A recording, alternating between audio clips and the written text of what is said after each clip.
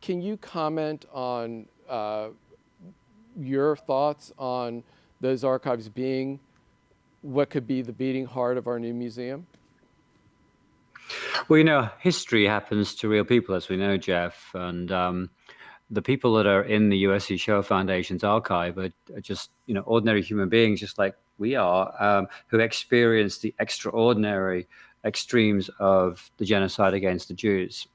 The reason I think that these testimonies could be really at the beating heart of the Museum of Hope and Humanity that you're building is that if you enter this history through the lives of those that lived it, then you are not just, it's not just about gaining knowledge, it's about gaining understanding. And, there's a sacred task in one sense here, because what you're committing to do is preserving those testimonies in a public place, a place where millions of people from all around the globe come through, and saying, we're cradling this very precious legacy here. But also, it's the power of the museum itself. Museums are often driven by artifacts and documents and historical data points, but actually the testimonies that are in the Shoah Foundation's archive are actually about the complexity of humanity in that situation, but also the power of their story to overcome that darkness and to bring light into the world. And so I think that's where the power of this comes.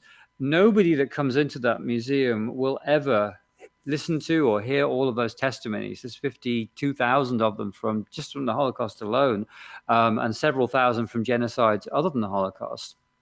And it's 113,000 hours of material, which would take over 12 years to sit and watch. But knowing they are there and knowing that they're at the heart of the endeavor, it's almost like, to me, it's almost like a conscience that you don't always know exactly what that is, but you do know what it's telling you. And in a sense, the survivors' testimonies are like a voice of conscience in our world. You'll never know everything about them. You'll never know all those experiences are, but they do tell us very profoundly what it means to be human, what it means to overcome that terrible darkness of the Holocaust and to live life to its fullest and leave a legacy of hope for the world. And that's the hope in humanity that's at the heart of the museum.